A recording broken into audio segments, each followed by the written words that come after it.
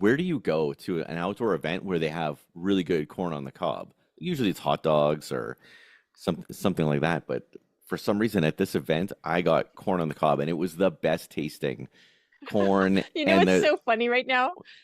I have to stop you because even now, it doesn't even matter what it is. You'll be like, this is the best thing I've ever had. Or you can't wait to come and have this. It'll be the best thing you'll ever. So I am taking, it could have been a absolute piece of shit corn on the cob from the back of some guy's truck that his shoe fell mm-mm. on top of. But because it was something your dad bought you and you were out and you were probably hungry, that it became part of this amazing experience. So I know You are you. you are wrong. It was the best farmer's corn that's ever been produced. It was amazing. I can still And it was taste it.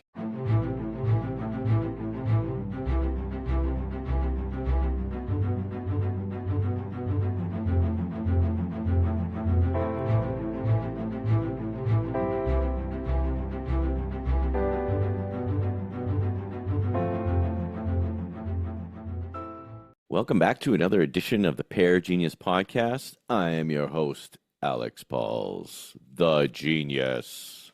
And here is my lovely co-host and assistant, who's only known for her beauty, not her brains, my beautiful wife, Kati Pauls. What kind of wow, intro?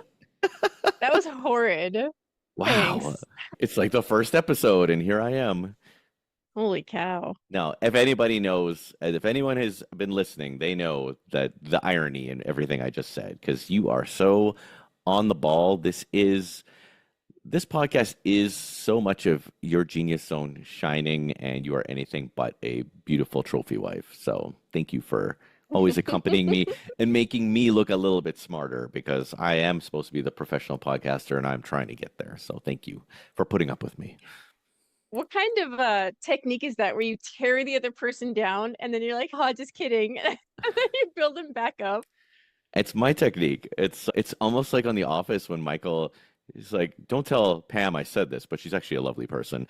Right. And Oscar's I like, why wouldn't you say that to her face? Right. I am Michael Scott. There is so much about him. I need to obviously do a psychological deep dive on my comedy and the way I do things because me and Michael are very similar.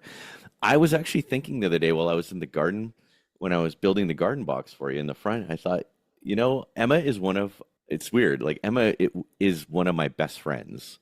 And I remember when Michael says, "Oh, I can't wait to have 100 kids so I can have 100 best friends," and they can't say no to being my best friend. And now I'm having such a hard time because she's turning into this teenager and she doesn't want to be my best friend anymore. And it's like, oh, it's sad. But when she comes back, she'll be my buddy again, and I will love that. There you go. But yeah, before Alora realized she was too cool for me, she was my best buddy too. We spent a lot of time together when she was little. I have no desire to befriend our children. I'm here to guide them. And there will come a point where, yes, we will be friends. I always fantasize about going to vineyards with them and they get to partake in the wine tasting with me. But for now, we're not friends. Oh, yeah, no, I mean, I joke about that too, that, I'm not my kids' friends, but it is nice to have this little person shadowing you and you getting to teach them things. And I like that. I just, whatever I'm that not is. saying I don't enjoy their company. I do. And I love them as human beings. I think they're great people, but you know, we're not at friend status yet. Right? My friends laugh at all my jokes. That's the only requirement. If you don't The find me kids don't funny, laugh at you. well, then you're dead to me. It's over.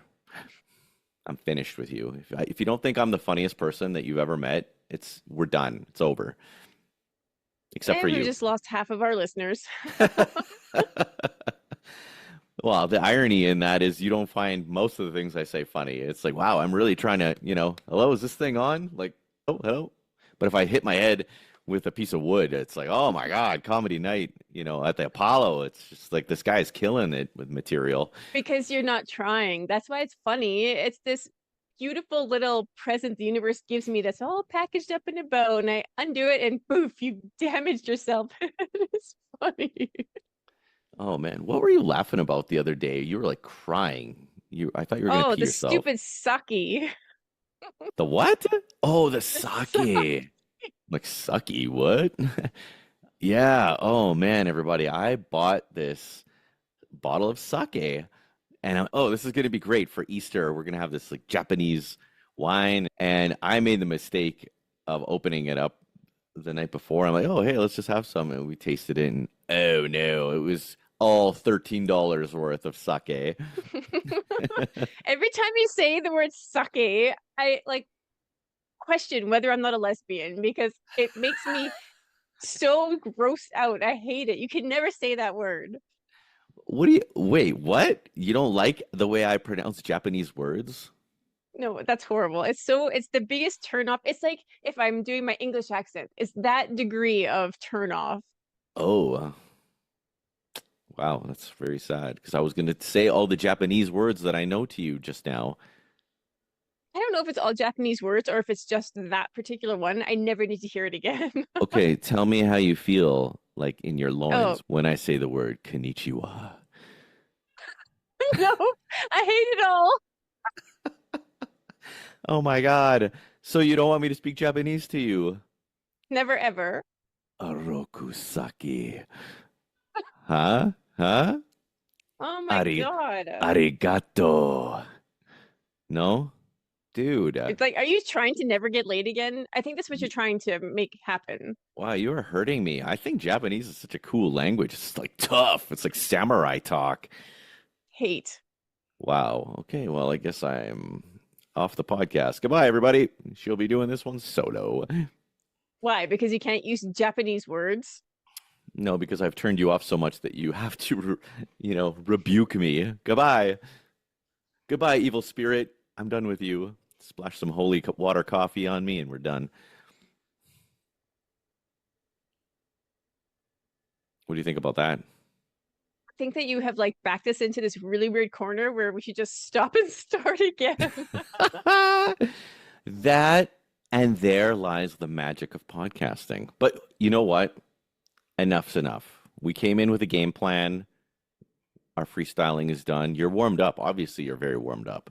You're ready to go. Obviously. Yes, you are a very talented podcaster. I wanted to talk to you about what you were talking to me about. Was it this morning or yesterday, where we were talking about doing things that excite us, that are exciting to us, and only choosing that? Yeah, I was thinking a lot about the idea that excitement exists for a reason. And it feels like there's just never enough excitement in a day. And how often does excitement present itself as an opportunity, as a choice, and then we choose something else because we've overthought it or it definitely have, convinced ourselves, well, that's probably not the right thing to do.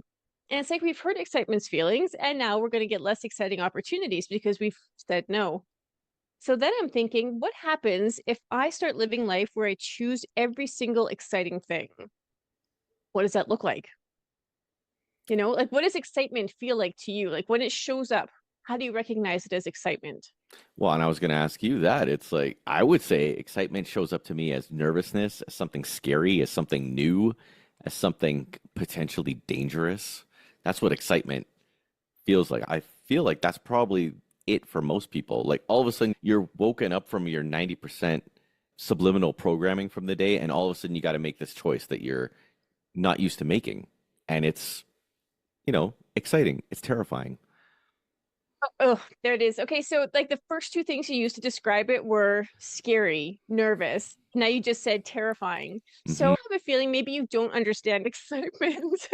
It is not like that for most people, I would say. You don't think so? You don't think that You know most what? people are happy doing the exact same thing every single day and never being I wouldn't say excited? happy. I would say complacent and comfortable and on autopilot. I think that when excitement shows, okay, for me, when excitement shows up, the first word that came to mind to describe it was giddy. And I can honest to God visualize myself skipping around like a little girl because it's that thrilling. There's that much potential in that possibility of choosing this thing. So there is not a negative word that comes up for me for excitement. We should Where? probably unpack that. Okay, well, let's unpack it now. Excitement. Why do you have more negative words to describe excitement than positive? Because I think I'm naturally wired to protect myself from anything new, potentially dangerous, potentially yeah, that's just my worry wart. That's my anxiety that kicks in. It's like, okay. But that being said, whenever I've done the crazy exciting thing, I've never had regrets about those things. So this is a perfect thing for us to unpack and talk about because I think there's a lot of people like me out there. I'm very sure there is. And I hope this message finds them. So when you go back to thinking about what is like one of the first memories you have of getting excited about something? Um, wow, that's a good question. First thing that came to my mind was my dad taking me to like a monster truck show or something like that thing with cars, and it would be like lots of people, and there'd be this exciting atmosphere and this vibe that it's like, oh wow, this is something super cool, and I'd be going with my dad for that. So he told you about this. There must have been some kind of a, hey, guess what? We're going to this. Yeah, because when I was little, I loved cars. Anything like Dukes of Hazzard or Fall Guy where cars are flying through the air, smashing, exploding, that kind of stuff was my jam. So to find out that we were going to go to some type of a demolition derby or some type of a, racing with cars right away, I was just like, wow, that's super exciting. I'm excited to do that. So was it just the two of you? So yeah, And you guys actually went? yes, we actually went, and I remember it's so funny because this is like I was probably 3 or 4. This is a core memory unlocked, but I remember one of my favorite parts was that my dad got me like the best tasting corn on the cob with like butter. And think about how weird that is. Where do you go to an outdoor event where they have really good corn on the cob? Usually it's hot dogs or something like that, but for some reason at this event I got corn on the cob and it was the best tasting corn You know, and it's the so funny right now. I have to stop you because even now, it doesn't even matter what it is. You'll be like, this is the best thing I've ever had. Or you can't wait to come and have this. It'll be the best thing you'll ever. So I am taking, it could have been a absolute piece of shit corn on the cob from the back of some guy's truck that his shoe fell mm-mm. on top of. But because it was something your dad bought you and you were out and you were probably hungry, that it became part of this amazing experience. So I know You are you. you are wrong. It was the best farmer's corn that's ever been produced. It was amazing. I can still And it was taste it. beaming gold. Yeah. Yes, it was, yeah, straight from the land into my gullet. Beautiful. It was a great This memory. is confusing a little bit because unless we're setting the stage for, but your dad told you were going to something. You actually went. You had a really good time while you were there. So, okay. So I'm thinking that that version of you, that 4-year-old version of you, actually understands excitement. But what must have followed that changed your experience of excitement? Well, I mean, anything that's out of the ordinary is usually pretty exciting. Anytime we're going to get ready for a trip or a vacation or a road trip, I would say all of that stuff is exciting to me. Anything that's out of the ordinary. I would say that there's certain podcast episodes that we've done where I've been really excited, genuinely. Like the guests coming on, the stuff that we're going to talk about, that stuff gets me fired up too. And I would say anything that's out of the ordinary. Okay. So let me rephrase the question because you didn't answer it. What would have been a time where you were excited about something and disappointment ensued? Are you trying to get me to talk about the pandas? Doesn't have to be the pandas. We've talked about the pandas on a podcast episode with Tammy. But there must be something. I mean, the pandas were quite a bit later, between 4 years old and 10 years old. Well, my parents are the masters of disappointment, and I'm telling you a memory that was before I even had inklings of disappointment. Right. And I'm trying to tell you that was a pure reaction to excitement. That was a pure experience of excitement. And Right. somehow between then, that if I would have asked that 4-year-old boy to tell me about what that felt like, there wouldn't have been terror. There wouldn't have been nervousness. There wouldn't have been scared. Like all the things you use to describe it now, not what you Right? have described it then. Yeah, you're right. You know what? Because the older version of me, if my dad would have been like, "Oh, we're gonna do this. We're gonna go on this epic fishing trip. And we're gonna do that." Well, part of me would be excited, and then the other part of me would be completely filled with dread that he's gonna be like, "Nah, not gonna do it. And then my hopes just come crashing down. So yeah, no, I'm totally tainted by that, and that's probably where that comes from, where it's I'm so excited, but I'm scared that I'm going to be disappointed. Right. And now you're living this life where excitement presents itself to you in a way that your soul is trying to get you to respond. Because excitement is a very potent emotion. It's not just happy, it's not just nice, it's not just glad. This is excitement. It's trying to get your attention, but you're responding to it through a filter of disappointment, of fear, of anxiety. So how can you possibly be choosing the right thing for yourself through this filter? You're always choosing, and that's what makes it the hard way. That's why we're learning things the hard way. Yeah.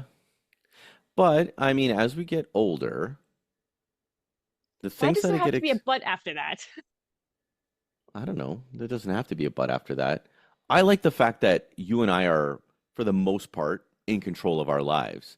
And if we create something that we're excited about or that we're going to do something about, you know damn well that we are going to kill ourselves making that happen, making that excitement. We're not going to disappoint ourselves. We're not going to just pull the ripcord and be like, nope, can't do it. You and I don't do that to each other, right? No, but we'll choose something, even if it's not that initial exciting ping. And then when we've talked ourselves out of it, so we're going to choose this other thing. And yes, we're going to kill ourselves to make sure that thing happens. But maybe if we chose that initial excitement, the other thing, maybe then it wouldn't be us killing ourselves. We're just moving through it with ease, still doing the hard work, but not leaking energy as badly.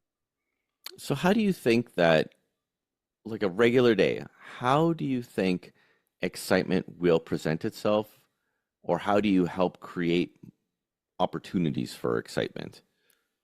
I think that some of this is being tied to watching for the omens, right? Because if an omen presented itself to you without an emotion, would you notice it?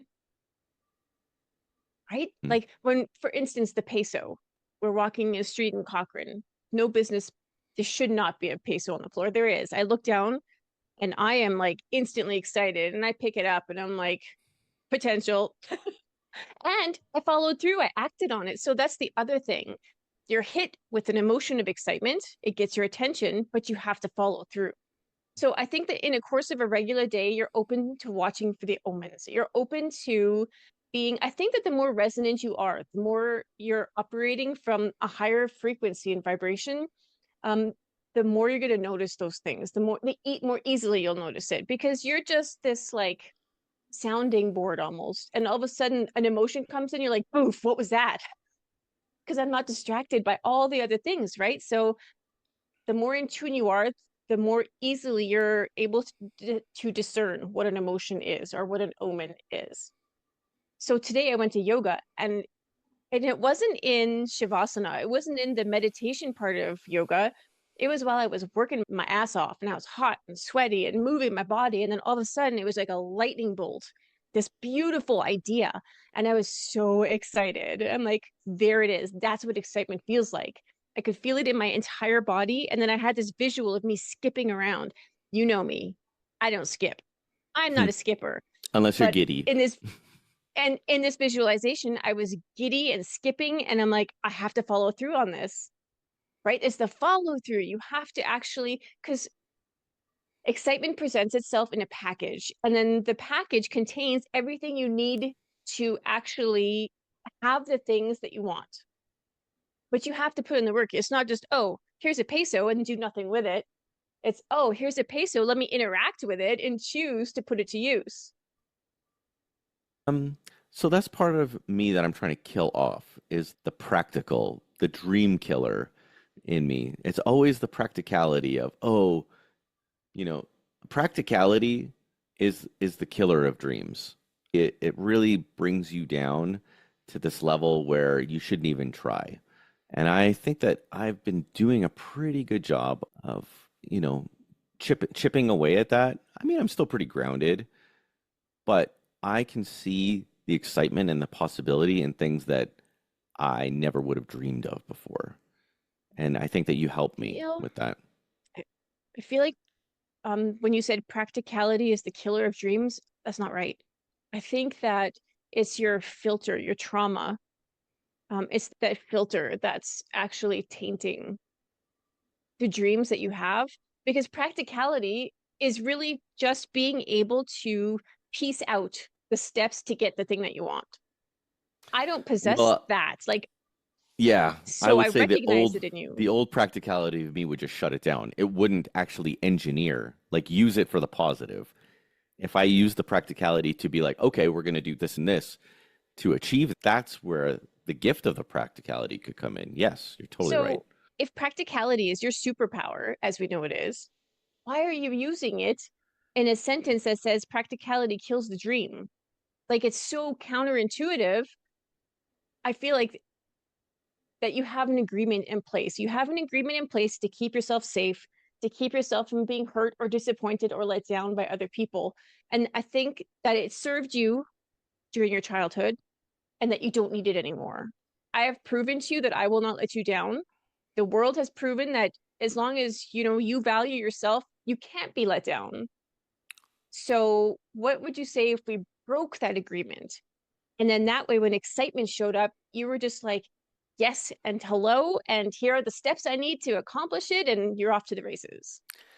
Okay, so it's, yeah, I'm with you. I'm with you on that. So I right away got this ping that recognize excitement in kind of a negative way. I do. My stomach gets tight and I know that I'm going to have to shift and activate and do it to make it happen. I don't know why I'm associating it with a negative feeling, but I can feel the way my stomach tightens up and it's not that giddy. It's not that giddy thing. It's almost like, oh, gotta go to work, gotta make it happen. I don't, I, I can't explain why that is, but the result is always a very positive thing. I do like that, but there's that initial like, oh, I just tighten up and then, yeah, I don't know. It's not a positive vibe. I would say that it's a little bit of self worth too, right? That you have to hurt before you get the good, that you have to feel uncomfortable Hmm. before you get the good stuff. I think that once you realize that you're perfect the way you are, you're deserving, like all the things that you're supposed to be working on. So here's the other thing is that your trauma is a pattern and a cycle until you notice it. You know your trauma and cycle. So now it's not pattern. Now you're choosing it. You Yeah, are making a choice every single time. So the next time that it presents itself, you get to choose not to react that way. but it really helps to talk about these things. It really does to actually say it out loud because I was telling you the other day, I was sitting there and I was having issues. I was having problems. And I'm like, I'm going to just say this out loud to you and just so that I can get it out. And shining the light on it really takes the power away from it. Once you acknowledge it and it doesn't serve you anymore, it makes a huge difference. And yeah, I mean, we were just talking about, in general, my self-worth issues and, acknowledging kind of where they came from or where they started. And it helps to talk about that. And me talking about this, about how my stomach tightens. So the next time this happens and I notice it immediately, I actually know for a fact that it will be broken forever. I can actually feel that. I'm speaking it into existence that I'll feel it and it'll just let go immediately. And I'll just know to go and do the thing that needs to be done and enjoy the excitement in doing that because you and I have built the muscles up enough that we know that when that happens, good things are on the horizon. Let me ask you this. Has there been a time where you have let yourself down? Yeah, oh, sure, yeah, sure. Tell me about it. No. Really? Okay, well, now I have to think about a time that I've let myself down, You go ahead and think because I happen to know somebody who is able to edit. So you go ahead and have all the dead space you need. right? When have I let myself down exactly? Maybe you haven't.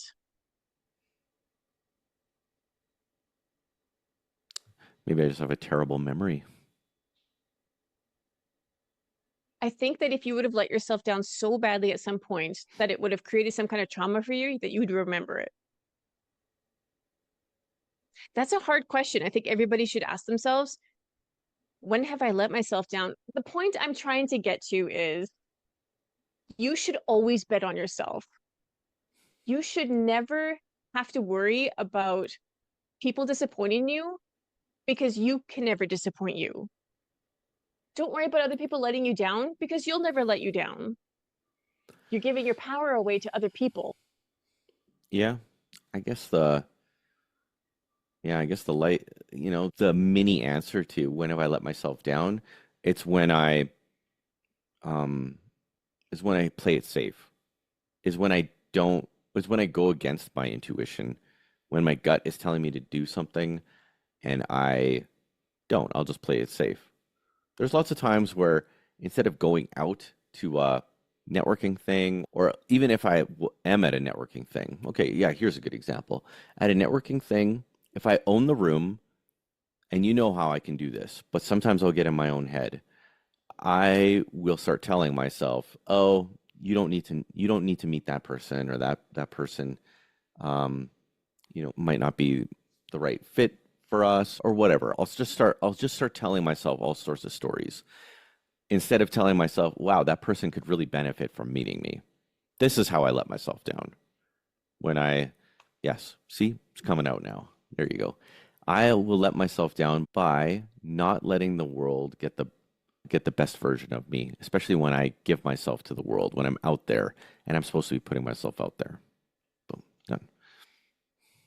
Okay. So, in that example where you're networking and you're being overly analytical of the people in the room, Sure. and you've got the whole thing going on in your brain about not that person. However, the people that you did engage with were probably the people that needed to connect with you. How could you possibly know that the people you didn't talk to would have added any value? Maybe you actually were discerning in that moment. Maybe I was trusting my gut that, oh, this is not a good energy exchange for me. Maybe. I'm just I'll trying to never know. shift. Yeah, I'm trying to shift the perspective because you don't know. So you're making up a story about that even, sure. So I think that going into a room and following your gut on, or even, your superpower is your brain. And if your brain is saying, I don't need to talk to that person, no problem. Spend a little bit more time with this person that you did choose, Hmm. and maybe something from there is valuable. There doesn't have to be a story made up that, oh, I didn't talk to those people. And obviously I've missed out and I am so stupid. And like the story is so terrible that no attachment to the outcome. You walk into a situation, no attachment to the outcome. Be yourself. Just love every minute of whatever it is you are experiencing. And it's perfect. There could have been nothing.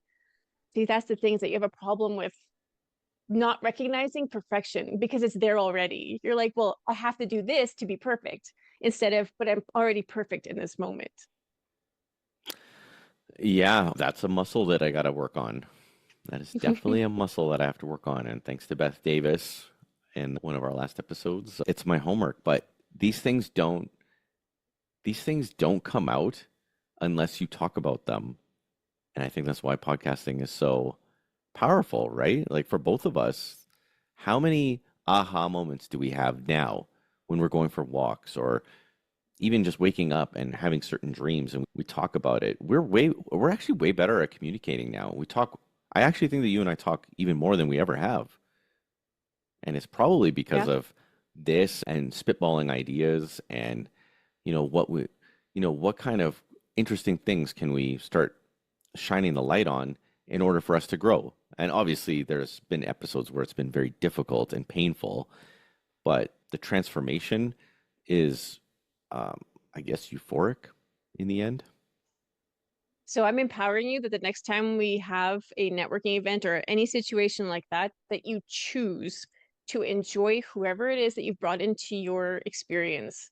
You're choosing that that moment is perfect. So you're kind of on the hook now because, like you said, you talked about it. That broke the pattern instantly. It's not, I have to do this and then it's broken. No, the second it happens, the second you realize and shine the light on it, done, habit broken. trauma broken. It's now you have to make sure that you choose the thing the next time it shows up. Yeah, and I'm already actually visualizing the next time we go to something like that, where it'll actually be a lot easier for us to just start conversations with strangers, which has never been our strong suit. Where when people come to us and talk to us, we're very easy. But there's something about us going up to a stranger and starting something. I think that's where that will be a really cool breakthrough. When I can do that and bring you along for the ride, because I know you're not going to, that's not your superpower. But if I can do that, man, I think that'll open up a lot of really awesome doors for us. I think that'll be a lot of fun, actually. That's exciting. Yeah, there should be moments of excitement, right? Yes, that should be the exciting thing. So, And that's why we do what we do. Boom. Tie it up in a bow. Perfect. See, that's it. That's what I'm going to find excitement in is meeting people that we can potentially collaborate with in whatever way that looks. I'm excited about that. it's I think that's very it's cool. funny that we're talking about networking because you and I don't do networking anyway. I don't even know of a time in the future where we'll be networking. However, podcast is always something that's our way to connect to other people. And I think that the people that need to hear the messages that we have are our people, and they will reach out to us with, oh, have this idea of this other person or this topic. And I think it'll just start growing that way. I'm going to challenge us right here on the air. It doesn't even have to be a networking thing. Next time we go to the symphony, next time we go out, we just start like rando conversations and just see what happens. Huh? Okay. Huh? We can do Okay. that. Remember last time we went to the symphony, we just kind of stood there and drank our wine and we had our own little bubble. I'm like, how much more interesting would that have been if we would have, shared our awesomeness with some people? Definitely. I'm with you on that. That was a little awkward. And it's funny because I know people in my life who can do that, who just are not afraid and walk up and start talking to whoever. And I admire it. So if it's something that I'm admiring in someone else, can I not incorporate it a little bit into my own? Or do you think that I'm so pre-wired that I can't? Oh, I think you can, especially if you have me. It's probably easier if we're together. It'd be harder if it was just one of us, right? It never hurts to have a little crutch at the beginning, a little bit of an Guess assist. so. But yeah, I think that you do a good job of protecting your energy too, but maybe too much, Well, I mean, I walk into a room and my instinct is to sit back and observe and feel the energy. And I'm already like tapping into all the people in the room and I'm like, ooh, interesting. Ooh, interesting. So then it's like, if that's my instinct to hang back and feel the energy, it's hard for me to then say, screw it, I'm going to do the exact opposite and just barrel in and talk to someone. right? And even then, you and I are not, I think we're done small talking.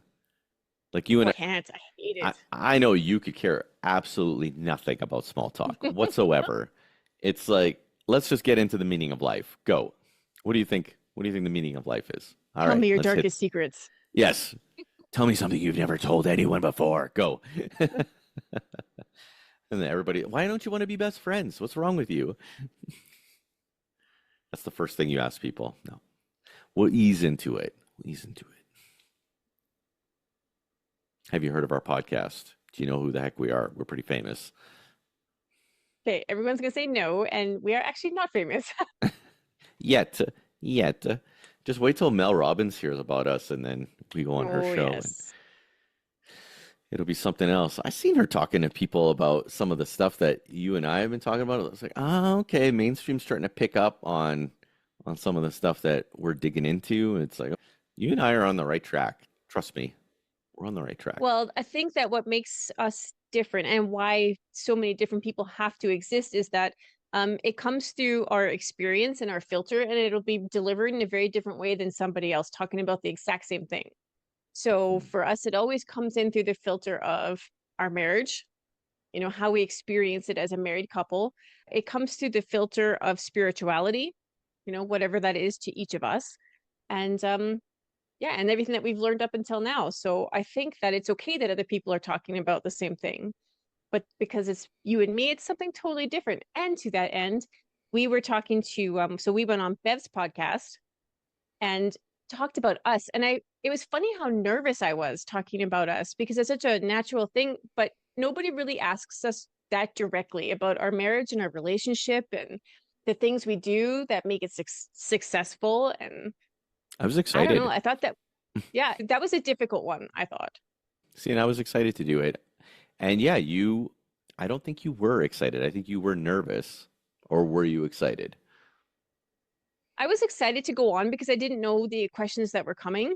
And then as we got into it, then I started to get a little bit nervous because she put on this, she prefaced it with, you guys are different. You guys are doing something special in your marriage. And there's all these people that are struggling right now. And I want to present you guys as a inspiration, for other relationships. And that weight, I Mm. felt it right away. I'm like, oh man. So now we have to dig into it. And is what we're doing actually inspirational? Is it accidental? Do we even know what's going on? I think it's a You know? little combination of both. You need to have an accidental, inspirational moment or moments that plant these seeds, and then these really cool things grow from it. Because if everything's scripted, it kind of loses its, what's the word I'm looking for? It's not genuine if it's scripted. I mean, there's nothing wrong with us planning a little bit, but we don't, have a script of everything that we're going to say. I like the idea of these like little seeds of concepts, and then I think the beauty is the flower blossoms as we, dig into it, speak about it. Yeah, I suppose you're right. Um, yeah. So next time you go on Bev's podcast, I want you to be excited. It's not that I wasn't excited, but um the pressure of, and that's part of my thing, right? The performance piece. I have to Hmm. perform perfectly. And Well, then remember but we were being talking about, vulnerable. yeah, your vulnerability of embracing your superpower and stepping into that superpower. You felt vulnerable, naked to it. Yeah. Yes, apparently I don't like feeling vulnerable, but I understand that being vulnerable is what makes me relatable, because everybody's vulnerable. So why wouldn't I be vulnerable?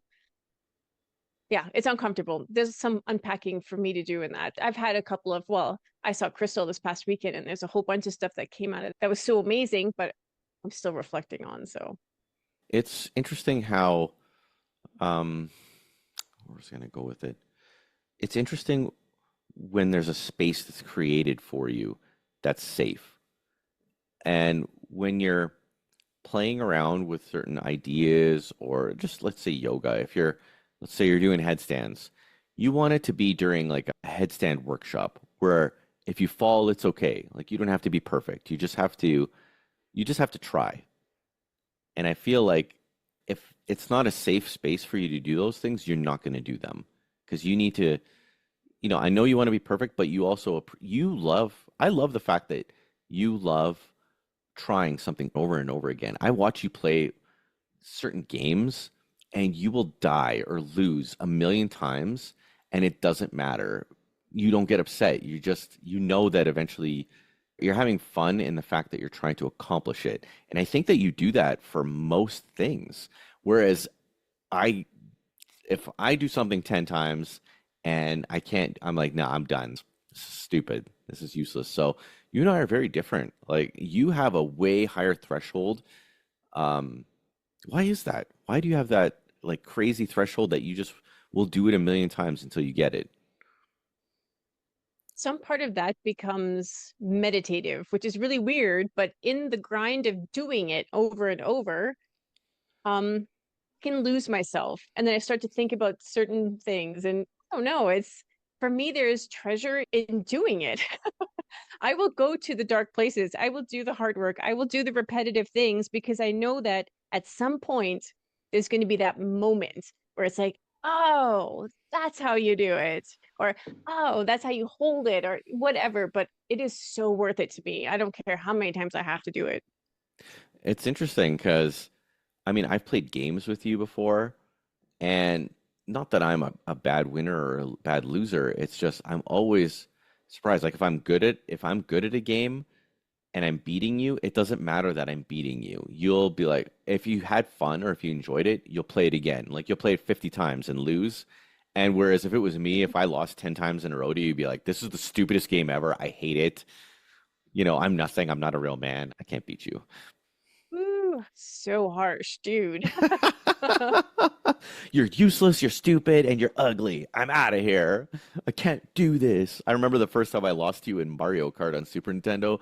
I'm like, I'm done with this. I can't play Mario Kart ever again. And I had beaten you like 50,000 times in a row. And then you finally beat me once. I'm like, no, I can't handle this. Can I just say that's a definition of a bad loser? I guess it is a bad loser, After but you that's the just old said me. that you're not. Yeah.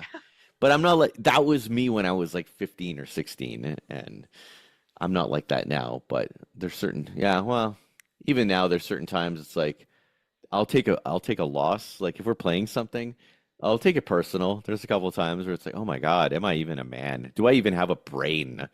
I lost that badly. Oh And man, I gotta don't care. work. For me, it's not a, it's so, I think that's because you're so focused on the end, right? That if that end is not perfection or it doesn't turn out the way that you wanted to, everything that led up to it was for nothing. Like you just did not enjoy the journey. So yeah, sometimes I will forget to enjoy the journey. Sometimes I will forget. Sometimes I will forget to just enjoy the fact that none of the things that you need to happen happened, and you just have to be okay with it.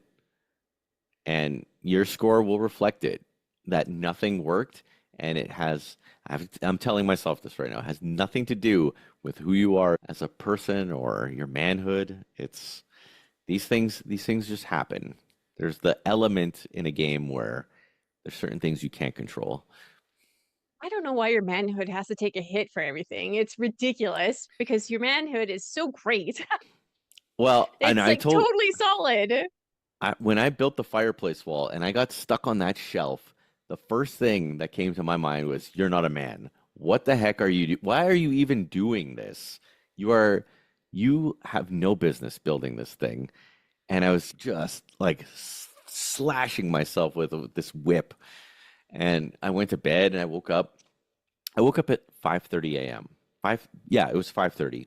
And I went downstairs and it haunted me all night long. And I looked at it and I went and I got something, and I swear it took me like 3 minutes and I figured it out. It haunted me that badly, but all I needed was to come back with fresh eyes. And that was my one of my ultimate lessons, because I don't do that anymore to myself. That was the last time I ever, crucified myself like that and threw myself into the fire. I don't know if that's 100% honesty. I think since I've seen you do that to yourself a little bit because it's Oh not, yeah? When? no, it doesn't matter. By your definition, a man has to be perfect and make no mistakes ever. Like that's in your head somewhere. It's if I make a mistake, I'm not a man, which I can't even imagine where that came from. Like you were not expected to be perfect as a child. So why? Why this idea that doing something wrong is not perfect and part of the experience? Yeah, like the shelf. Remember I built the shelf on the Ugh, under the mirror? Oh my God. I I'm pretty sure I that did was after the fact. Yeah, I did crucify myself on that one. I was pretty hard on myself. I still have that shelf in the garage. It's there to haunt me. I need to destroy it. Wild. It's wild what you do to yourself. Yeah, nobody else could be as hard on me as I am. That's why I I get think pissed at that people. It's like, no, you don't need to be hard on me. if you go back to that moment where you fucked up in the corner on the fireplace wall, and instead of right away saying, I'm not a man, what happens instead if you come down to the ground and you drop into child's pose? You just lay there or drop into Shavasana. Just, yes, drop into Shavasana and just lay there. And I bet you anything, you get up and you look, you're like, oh, I got this. You don't actually have to go through the process of telling yourself you're not a man, like making the entire house filled with this insanely terrible energy, going to bed mad, waking up at 5:30. Like you see how those processes are not serving you, right? Yeah, no, I could see it. I'm like, oh, You know what would happen if I laid down? I'd just fall asleep. And Because that's okay. You're allowed to fall yeah, asleep. And then you no, wake up and you're like, but that's what happens. I realize I'm tired and I'm throwing like a 3-year-old tantrum because I'm tired and nothing's going my way and I'm throwing a tantrum. And if I laid down, I'd actually just fall asleep and have a nap because I okay, just need a but nap. when we're in meditation, you fall asleep almost instantly. So that tells you that your brain is really a active participant in every part of your awake experience. Like your mind is very powerful. So if you did drop into Shavasana, fall asleep, your brain gets this like, oh, it can just like take a breath.